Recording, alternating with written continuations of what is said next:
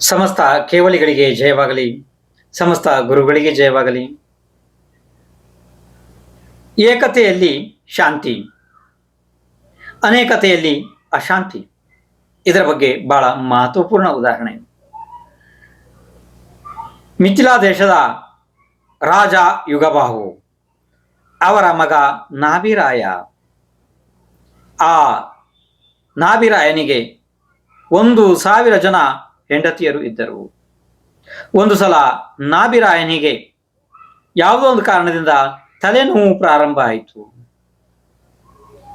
ಆವಾಗ ಮೈಯಲ್ಲಿ ಜ್ವರ ಕೂಡ ಕಾಣಿಸಿಕೊಂಡಿತ್ತು.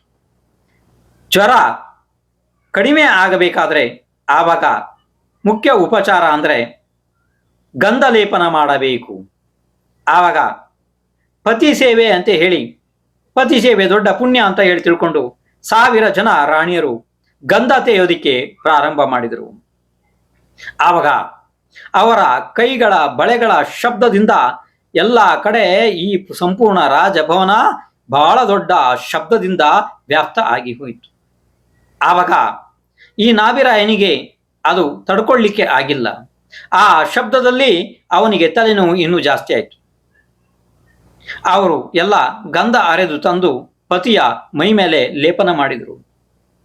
ಆ ಲೇಪನ ಮಾಡಬೇಕಿದ್ರೆ ಅವರ ಎಲ್ಲರ ಬಳೆಗಳ ಶಬ್ದ ಅವನಿಗೆ ಬಹಳ ಬಹಳ ತೊಂದರೆ ಅನಿಸ್ತು. ಯಾಕೆಂದ್ರೆ ತಲೆನೋವು ಬಂದಿತ್ತು. ಅವರು ಎಲ್ಲ ಲೇಪನ ಮಾಡಿ ಹೋದ್ರು. ಸ್ವಲ್ಪ ಜ್ವರ ಕಡಿಮೆ ಆಯಿತು. ಆಮೇಲೆ ನಾಭಿರಾಯ ವಿಚಾರ ಮಾಡೋದಕ್ಕೆ ಪ್ರಾರಂಭ ಮಾಡಿದ. ಏಕತೆಯಲ್ಲಿ ಶಾಂತಿ ಇರುತ್ತದೆ. ಅನೇಕ ವಸ್ತುಗಳು ಸೇರಿದಾಗ ಈ ರೀತಿ ಆತ್ಮನಿಗೆ ಗೊಂದಲ ಆಗ್ತದೆ ಅಂತ ಹೇಳಿ ವಿಚಾರ ಮಾಡ್ತಾ ಮಾಡ್ತಾ ಮಾಡ್ತಾ ಅವನಿಗೆ ಸ್ವಲ್ಪ ಆತ್ಮಜ್ಞಾನ ಪ್ರಕಟ ಆಯಿತು. ನಾಭಿರಾಯನಿಗೆ ಅವನು ವಿಚಾರ ಮಾಡ್ದ, ನಾನು ಒಬ್ಬನೇ ಇದ್ರೆ ಎಷ್ಟು ಶಾಂತಿ ಇರ್ತದೆ, ಇವರು ಎಲ್ಲರೂ ಈ ರೀತಿ ಬಂದು ಶಬ್ದ ಮಾಡ್ತಾ ಇದ್ರೆ ಎಷ್ಟು ಅಶಾಂತಿ ಅಂತ ಹೇಳಿ ಅವನಿಗೆ ವೈರಾಗ್ಯ ಆಗ್ತದೆ. ನಾಭಿರಾಯ ಇದೇ ಕಾರಣದಿಂದ ವೈರಾಗ್ಯ ಆಗಿ ದಿಗಂಬರ ಮುನಿ ದೀಕ್ಷೆ ತಗೊಳ್ತಾನೆ. ಮಹಾ ತಪಸ್ವಿಯಾಗಿ ಪರಿವರ್ತನೆ ಆಗ್ತಾನೆ.